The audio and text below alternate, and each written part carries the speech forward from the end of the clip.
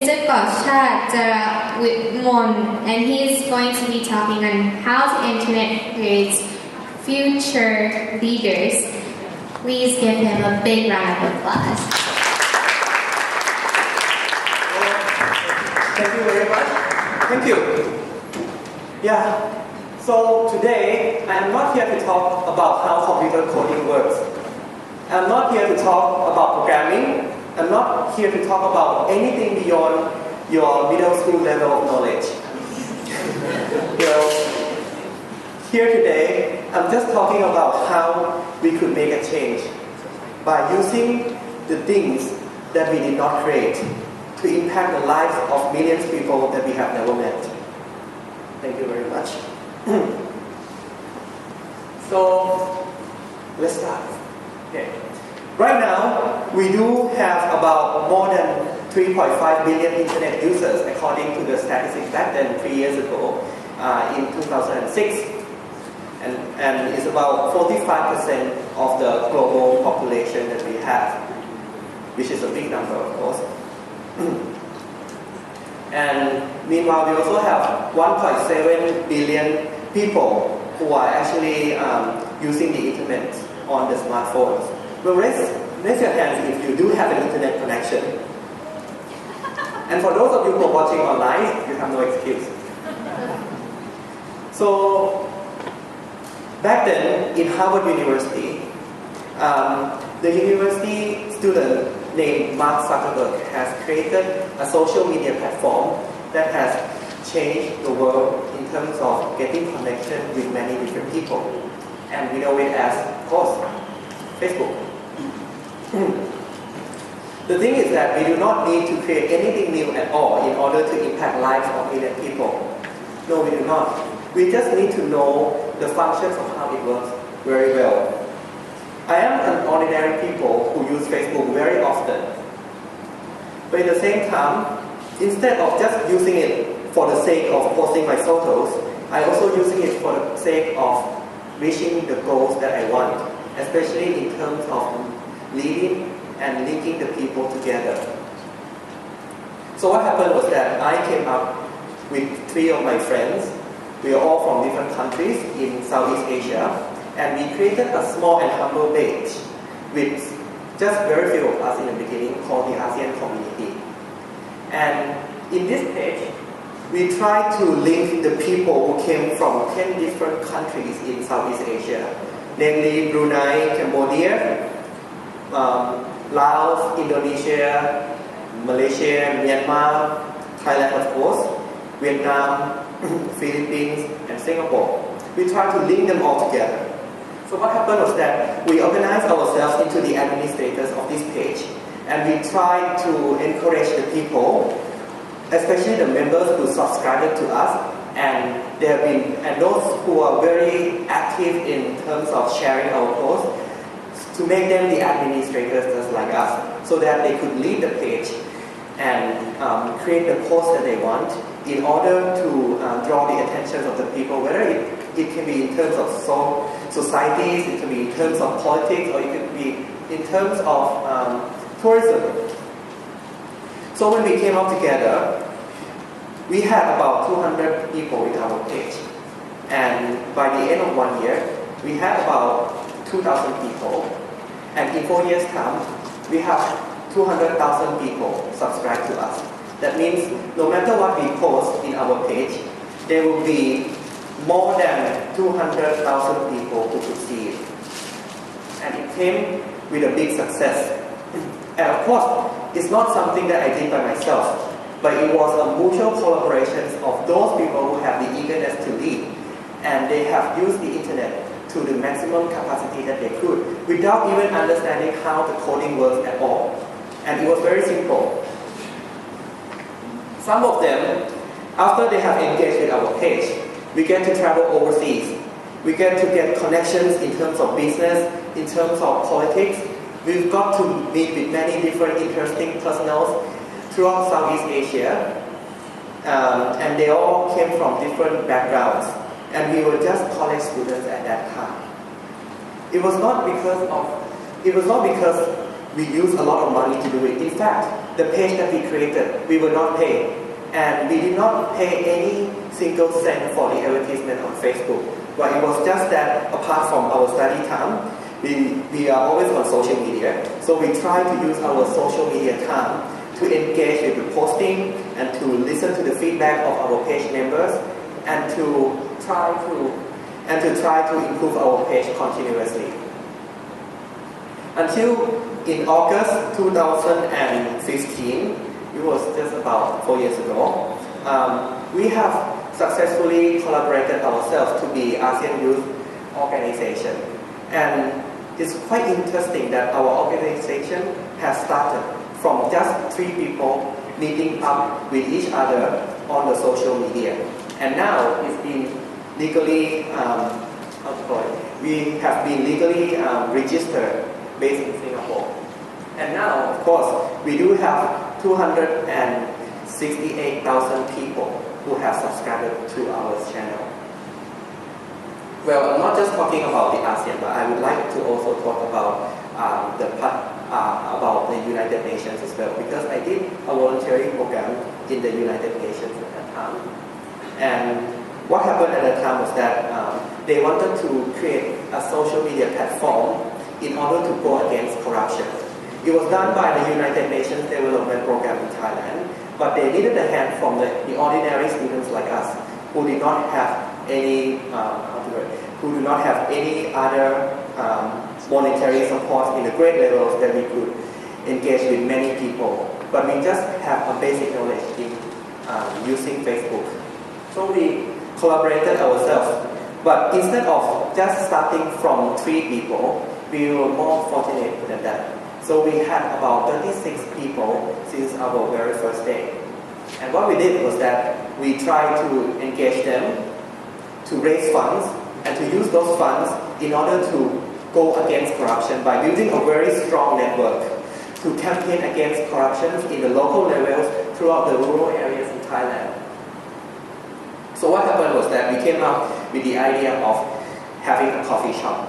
This coffee shop was run by the volunteers in the northeastern Thailand's university. And it was very successful because the coffee prices sold were much lower than what the other shops were selling. And we could get to advertise to our customers that by purchasing the coffees from our shops, then which means your each and every revenue would go to the program that goes against corruption at the local levels.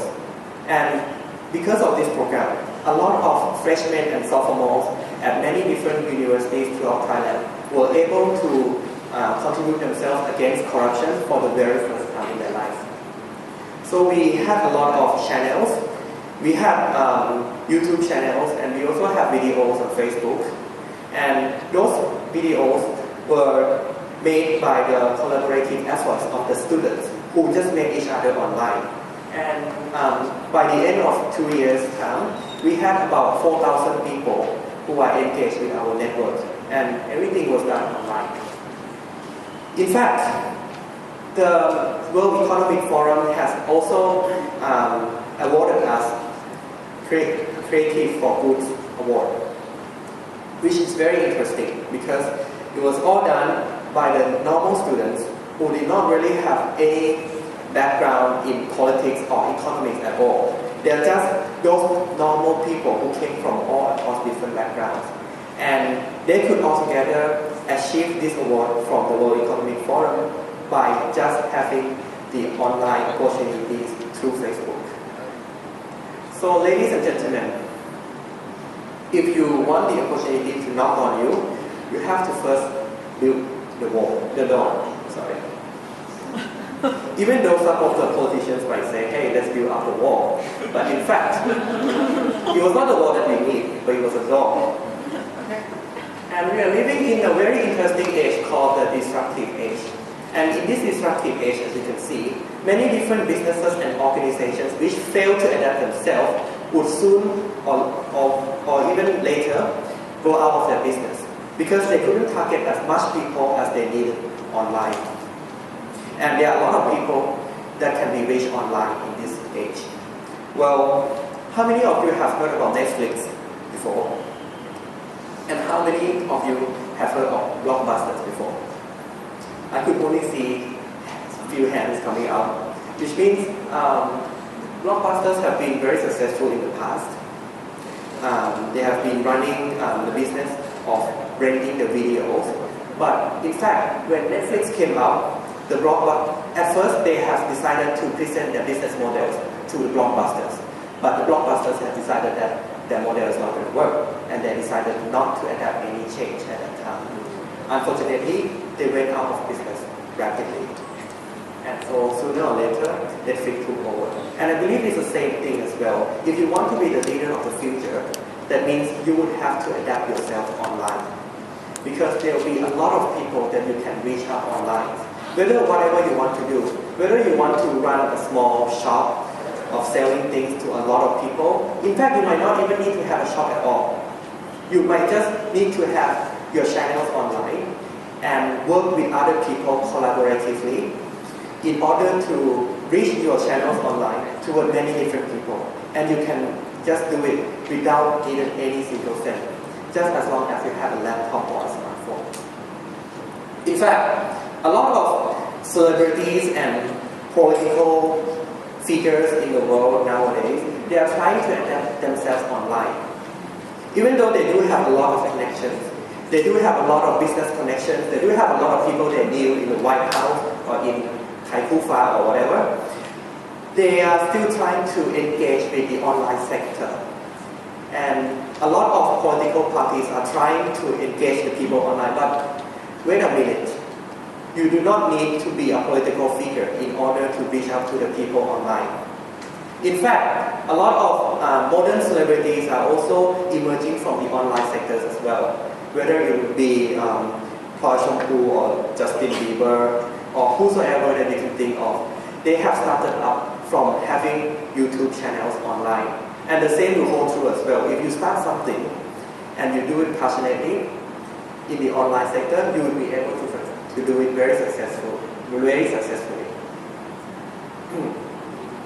And in fact, in terms of politics, some people decided that they wanted to have a change, but they do not have enough military power and they do not have enough monetary power to do so. So what happened was that they decided to do things online. When they engaged with the people online, they could raise up a lot of voices who agree in the same ideology with them. And they could successfully create changes in their home countries, whether it be in case of Arab Springs or in case of the umbrella movements in Hong Kong. Ladies and gentlemen, just as some of the religions will tell you that they have always been spiritual worlds coexisting with the physical worlds. But to be honest,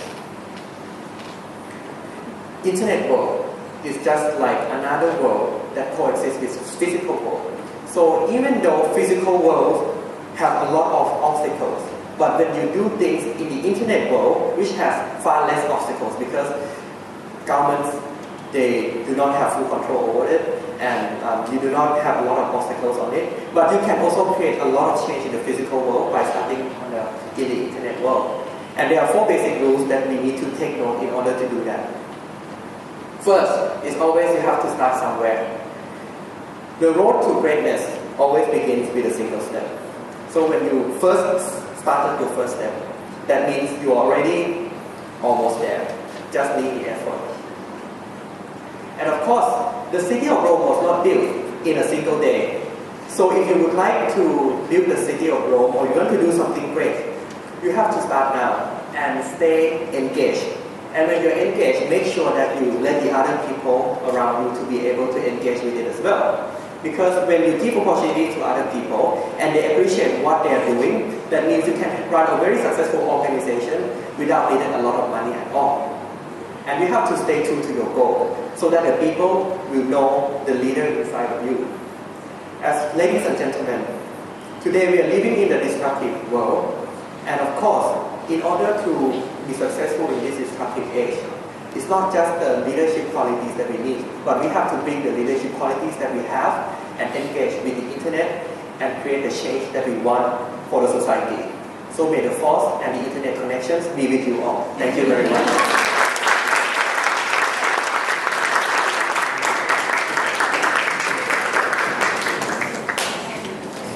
Thank you, Mr. Kosha, for that wonderful speech. So a little bit about him is that we all know that he's a graduate from Ekama International School, but he is the graduate batch